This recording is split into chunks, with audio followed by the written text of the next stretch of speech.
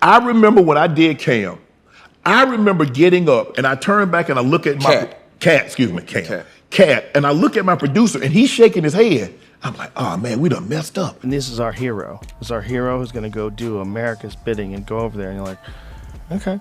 And those movies are successful. And so they continue this relationship.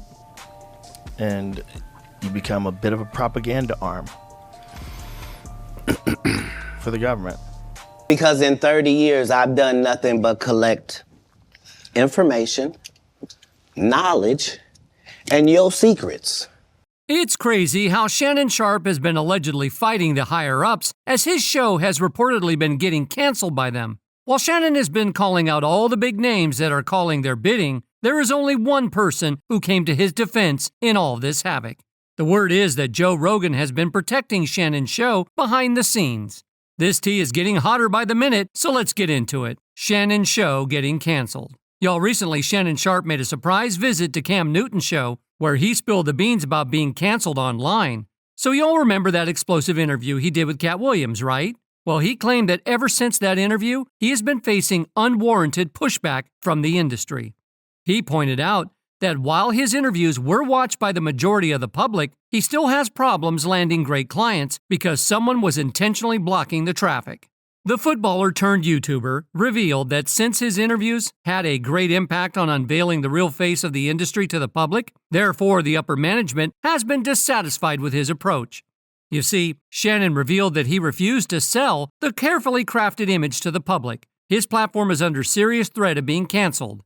It is important to note that Shannon's interview shifted the tide of the public opinion regarding many celebrities, including Oprah Winfrey, Kevin Hart, and Steve Harvey as well. Now, the thing that Shannon really pointed out during his sitting with Cam is that people had been reaching out to do interviews, only never following through with their promises. He said, they're going to come. And they're going to say a lot of different things. And they're going to be some people that you thought you might be able to get that they're not going to come now. During the session, Shannon revealed while the forces were trying to make him fall, he was rendered helpless by the cruelty of his friends behind the scenes. You see, Shannon has been in the industry for years now, and he had made connections during that period. However, Shannon revealed that he never received a shred of help from those people.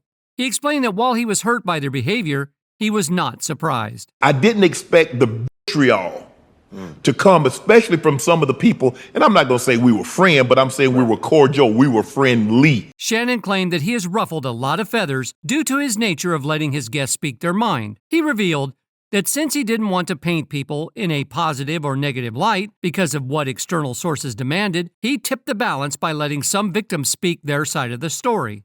We all know how the main media tries to show only one side of the story, and fans claim that Shannon's unbiased approach unveiled some truths that were being concealed by the authorities. What people are upset about is that for some reason people come to me and I don't look at them with judgy eyes. I have no predetermined notion or preconceived notions, and they open up to me. Right.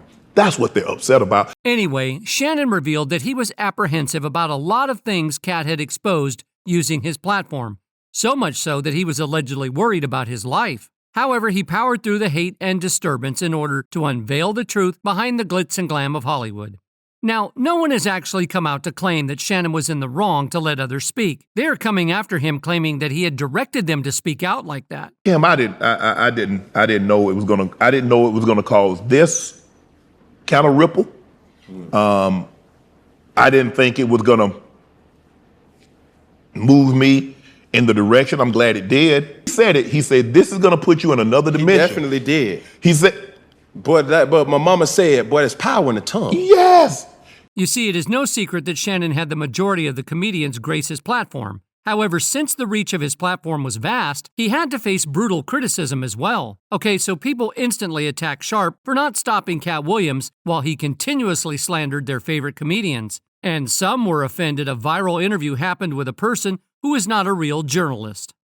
With that in mind, Shannon took time during his Nightcap podcast with Chad Ochocinco to address the chatter. Shannon took the criticism with a grain of salt, saying, "Sometimes the only success they get to taste is taking a bite out of you.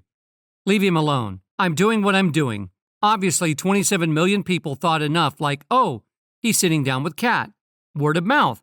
Maybe they saw a snippet or something. Maybe I need to sit down and watch this.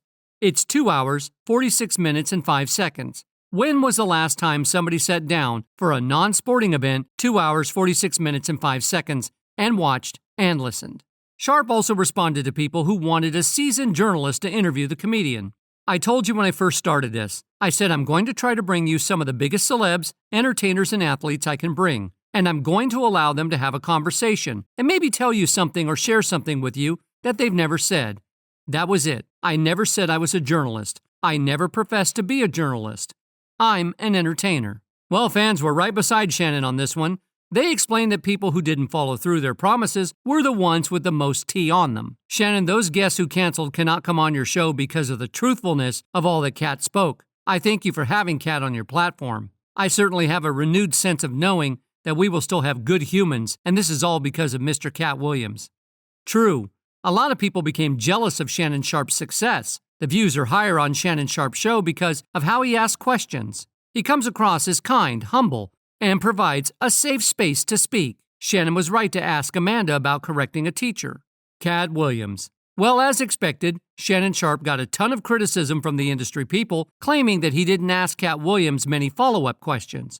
Well, Shannon ended the feud with an interview with former NFL star Chad Johnson. He said, "Follow-up question with what? You decide. You decide who to agree with. That's not my decision to make." You might remember that Katt Williams started the interview with a bang, coming after two big-name comics of the industry. He claimed that both the artists plagiarized their work during stand-ups. He first took a shot at Cedric the Entertainer, claiming that he was modifying his original joke during his The Kings of Comedy show. He said, "He thought that I was just a no-joke comedian, and that he could take this joke and nobody would know. The issue was that I already had done this particular joke on BET's Comic View twice. Cedric comes to the Comedy Store. He watches me in the audience. He comes backstage. He tells me what a great job I did and how much he loves the joke. 2 years later, he's doing that as his last joke on the Kings of Comedy, and he's doing it verbatim. He's just changed my car into a spaceship. The joke wasn't just a random joke. This is my very best joke, and it's my last joke, and it's my closing joke. We found out he can't sing, can't dance, and doesn't write jokes. He did 4 comedy specials. They're so bad. Shannon, they're not available on Netflix or Tubi." Afterwards, he revealed that Steve Harvey ripped from Mark Curry, best known for portraying Mark Cooper in Hanging with Mr. Cooper from 1992 to 1997, with his role on The Steve Harvey Show. The same Steve that went to go watch Mark Curry do his whole sitcom and then stole everything Mark Curry had, he accused. Now Steve got a sitcom where he the principal and he wears a suit, and then he gets this high-top fade, making all black men think he's got the best lineup in the business, and it's a man unit.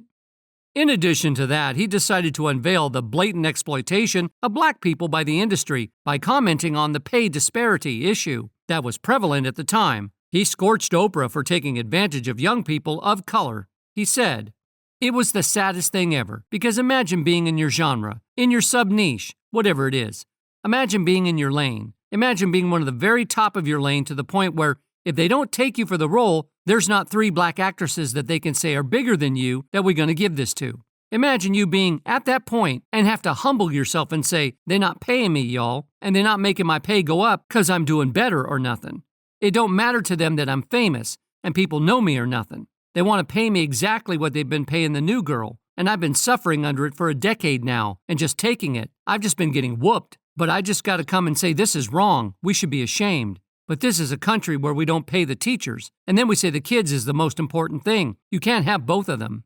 Well, as you already know, things escalated further when he went after Kevin Hart for being an industry plant. He claimed that Kevin had a predetermined success as the higher-ups wanted him to be at the top of other artists. In 15 years in Hollywood, no one in Hollywood has a memory of going to a sold-out Kevin Hart show, there being a line for him ever getting a standing ovation at any comedy club.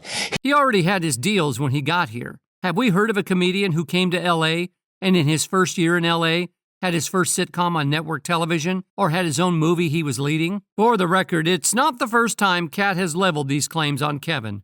During a stop on his conspiracy theory tour at Atlanta's Phillips Arena, Williams closed out his show with a few words in regards to Hart's career. He called Hart a puppet and claimed that Hart was in the palm of the higher authorities. He declared, I've already proven that if the best they got in comedy is Kevin Hart, don't be a boo. A black man working hard, baby. Even if that ends a puppet, it's not his fault. We don't get mad just because I'm better than some black dudes. Doesn't mean I'm better than no black dudes. I'm saying if you want to be mad at Kermit the Frog, don't be mad at Kermit the Frog. Be mad at Jim Henson.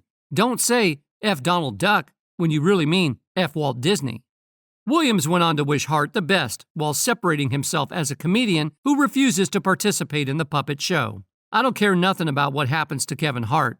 I just wish him the best. I just know that that's somebody's hand stuck up that baby, you understand? Oh, we're a puppet show, boo-boo. Please believe it. You're looking at the only guy that ain't. Williams confessed to Sharpe that he feels no way about calling out the duo, and they've alienated him his whole career. For 30 years, they're a group. These aren't three random guys. The way that Ricky Smiley kept appearing at all my auditions is because of Steven said. He would tell anybody that. Listen, they got a gang on that side. They know what it is. He even took shots at Tyler Perry, who is known for his Medea character. He claimed that Hollywood always forced black men to wear dresses while portraying them as weak. Conversely, white males have always starred in manly roles, he said. He was so egregious. I put it in my contract that I wouldn't work with Ricky Smiley again unless he's in a dress. Now, what was Ricky Smiley's next movie? Was it First Sunday? Did he wear a dress in it? You bet he did. It's in my contract. That's where he's a believable actor. Him and Tyler Perry can't play a man to save their life. They play good women, and I believe the best actor should be in the best role. He stirred the pot further when he weighed in on the various essay allegations Sean Diddy Combs faces, sharing that he once turned down an invitation to one of the producers' parties due to the allegations floating around at the time. Hip Hop DX reported, I gotta protect my integrity in that virgin hole I was telling you about, 'cause P. Diddy be wanting to party, and you got to tell him no. I still have a virgin butt and have never sucked a private to get this far in Hollywood. You got to tell him no. I did. I got the receipts for everything. I'm telling you. Well, his recurrent revelations got the attention and many people started to respond to his claims. During these responses, many feuds originated. However, there was only one person who actually sided with Katt and Shannon during the ordeal. Joe Rogan inviting Katt to podcast. You might not know, but while Katt unveiled many secrets, he also claimed that Joe Rogan would never invite him for the fear he would do something to upset the higher-ups. For reference, Joe Rogan is actually the biggest podcast out there at the time. At the time, Katt even hinted that had Joe's content divided into conspiracy theories that could have been proven by him, while Joe Rogan defied the expectations and extended Katt an invitation to come on his podcast. This announcement struck the industry by surprise, as Joe has never invited Katt Williams on his show. Conspiracy theorists speculate that this might be Joe Rogan's sign of agreeing with Katt's allegations. During his sitting with Shannon, he said, He said I wouldn't have him on. I'm like, what are you talking about? I'll have you on. Let's go. 2 times. Anytime. I'll have you on. Whenever you want to come by, call me. To convey his seriousness, Joe later on took to the internet, alluding that he is looking forward to having a conversation with Katt. He tweeted, I love Katt. He's one of my favorite comics, and I'd love to have him on. We talk about him all the time. If he's down, I'll make it happen. Joe even hinted that the number of comics in the world was pretty low, and when they try to find people they could vibe with, the number dropped significantly. However, Joe claimed that people like them are real superheroes who could spit the truth in such a way that resonated with the audience.